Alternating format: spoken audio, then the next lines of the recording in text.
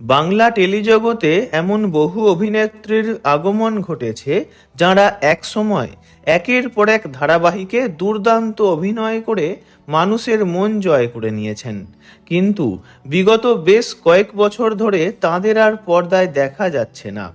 তেমনই একজন অভিনেত্রী হলেন গার্গী রায়চৌধুরী।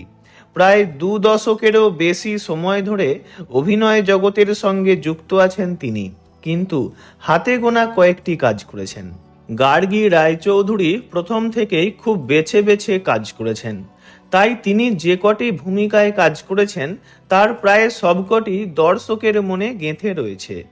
এখন তো ধারাবাহিকে কাজ করা একরকম ছেড়েই দিয়েছেন গার্গী। পরিবর্তে বাংলার বেশ কিছু ভালো ভালো চলচ্চিত্রে তাকে অভিনয় করতে দেখা যায়, যেমন হামি, বিটনুন, তিন ইয়ারি কথা, শেষ পাতা, মহানন্দা, জ্যেষ্ঠপুত্র, ময়ূরাক্ষী ইত্যাদি কয়েকটি ছবিতে কাজ করেছেন। গার্গী রায়চৌধুরীর অভিনয় জীবন শুরু হয়েছিল থিয়েটারের হাত ধরে। উত্তরণ এবং বহুরূপীতে বহু বছর থিয়েটার করেছেন। তারপর তিনি রেডিওতে সংবাদ পাঠিকা হয়ে বহু দিন কাজ করেছেন। চলচ্চিত্রের পাশাপাশি টিভি ধারাবাহিকের জগতেও একসময়কার পরিচিত মুখ ছিলেন গার্গী।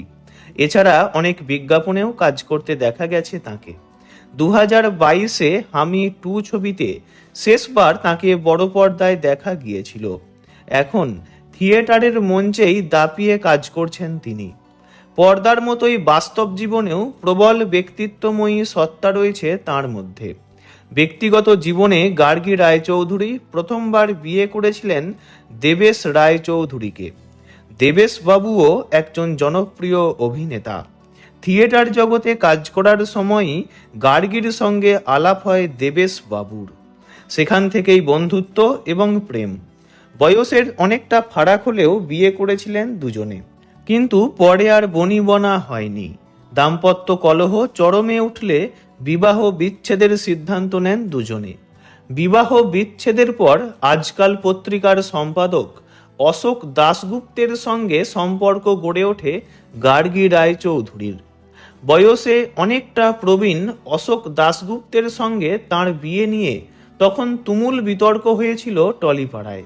যদিও কোনো কিছুর তোয়াক্কা না করেই আপন ছন্দে নিজের জীবনকে পরিচালনা করেছেন গার্গী।